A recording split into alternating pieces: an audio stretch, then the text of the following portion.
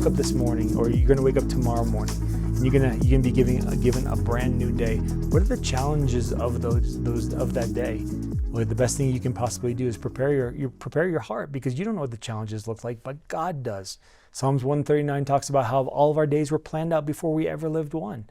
If God knows those challenges, then the best way that we can prepare ourselves for the challenges of that day and the challenges of every day after that is by simply preparing our hearts and seeking the law of the Lord.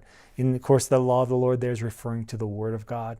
So we go to the Word of God. We allow that Word to change the way we think. We allow that Word to transform us. We're not conformed to this world. We're transformed by not relying upon the institutions of this world to be our biggest help. No, we're allowing the Word of God to be our biggest help, to be that ever-present help in time of need. And as we continue to seek the law of the Lord, like I said, James it's in chapter 1, verses 22 through 25, where it talks about this Word is our mirror. So we discover what it says, and then it talks about how we need to be a doer of a word and not just a hearer only, because if we're a hearer only, we're deceiving ourselves. And so realizing what is the Word of God speaking to us, what is it saying to us, and then we put it into action.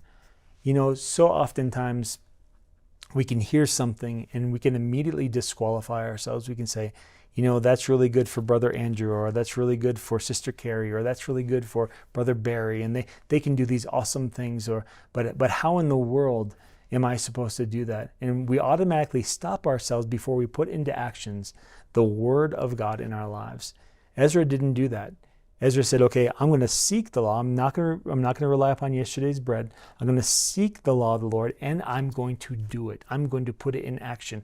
I'm going to make it a building point, line upon line, precept upon precept, where I'm going to grow consistently in putting into action the Word of God. In Ezra chapter 7, verse 10, so for Ezra prepared his heart to seek the law of the Lord and to do it, and to teach the statutes and ordinances in Israel. So not only was Ezra there to actually put it into his heart and actually manifest it with his hands, but now he was going to be an example. Now his actions were going to speak louder than his words. Now when people looked at him, they were going to see a living, breathing, walking, talking Word of God in front of them. And that's exactly what Jesus was for us as well. And it's exactly what you and I have the capacity to do as well.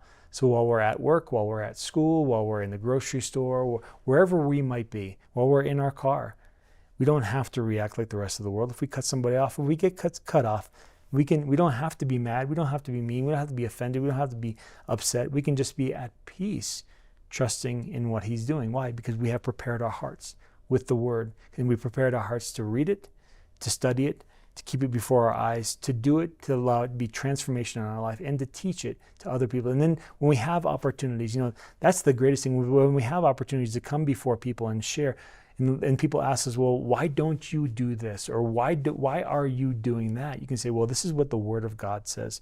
And as you continue to prepare your hearts by the law of the Lord, by the Word of God, you will find the day just unveiling itself to you. The changes that need to happen, that you don't even know need to happen, are taking place because you are seeking the law of the Lord. You're seeking the Word of God. James talks about how faith without works is dead.